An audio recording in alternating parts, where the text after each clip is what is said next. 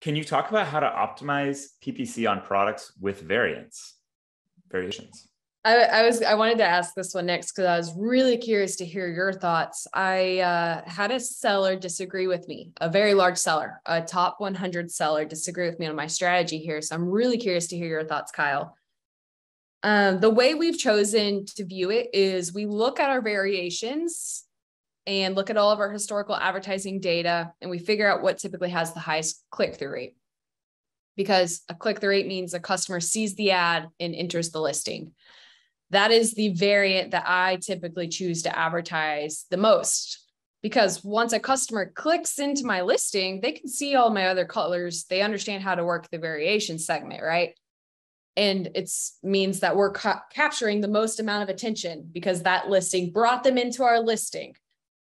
The seller I was talking to says not a good idea and that I need to be advertising my highest conversion rate because that's what's going to drive the most profitability. And I argued, no, it doesn't matter. When they get into the listing, they're going to see the highest converting anyways, and they may end up clicking that one. That's fine. Customers are not dumb.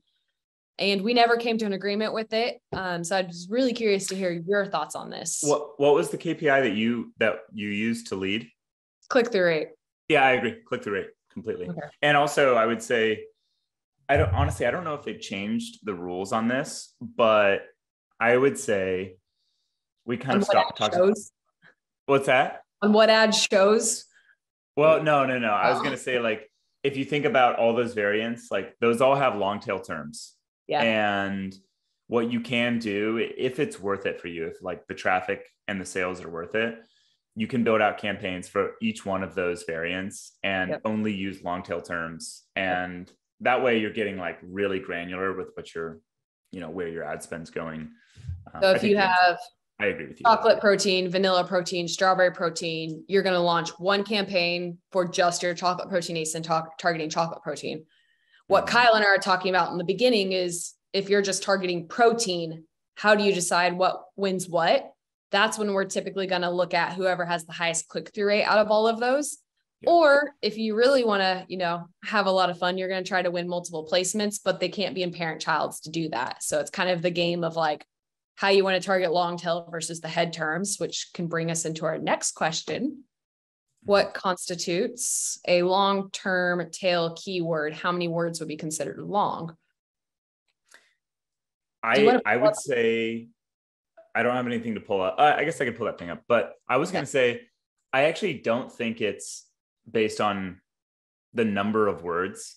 It's based on the data of like how many searches. I would say more volume based. Yeah. In general, I would say, the industry defines it as maybe 3 or more terms, but it's also so dependent on category. Like protein is obviously going to be the head term, but if you do men's deodorant, that's probably going to be the head term because volume for men's deodorant is going to be so much more aligned with like your keywords. Yep.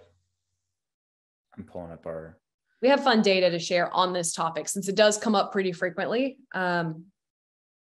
We presented on it in a way that kind of helped explain why being more precise helps with your click-through rate and your conversion rate, but it is a game of volume. Because what typically happens is when you just have a long tail strategy approach, what you'll find is you'll cap out on volume because not many people are searching for, little kids' toys for summer beaches. So it's kind of like balancing where you're getting the most volume versus how expensive that volume is and how well you're converting.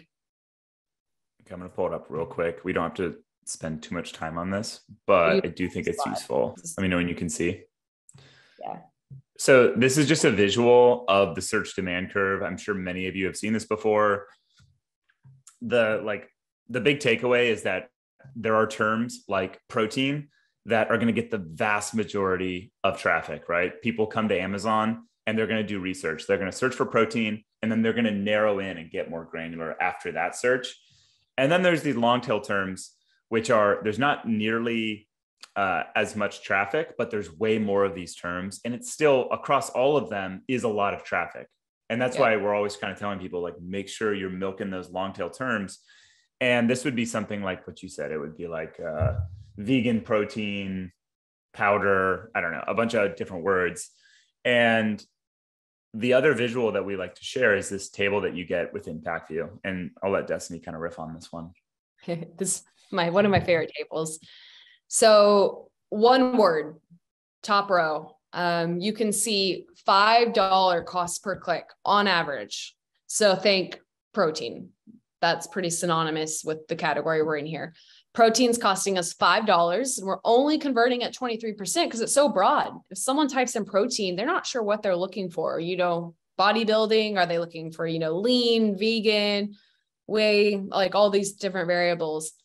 But it drives a ton of impressions, 19.6 million impressions. Now 2 words. So we get into vegan protein, we get bumped up to 36.5 million impressions. Still $4.60, like very, very expensive, but our conversion rate improved. Now scroll down to the bottom. When we start layering in 5 words, we see a major, major drop off in impressions, but our CPCs also dropped by $2 and our conversion rate improves by almost 10%. So what this does is this balances out our profitability. As an account, I believe this account's running at close to a $3.5 ROAS. So we're able to compete directly with those head terms, which are driving a 71 to 60% ACoS, by balancing out these long tail terms, which are so profitable for us that we can drive a lot more incrementality. So that means we have our ranked campaigns, which are on these really aggressive head terms with strong conversion rate. And then we have budget going to our profitable campaigns where we're almost maxing out in impressions because you're limited by how many people are searching for, these really crazy, ridiculous terms. But those terms are cheap because your competitors are not thinking to go out and target them.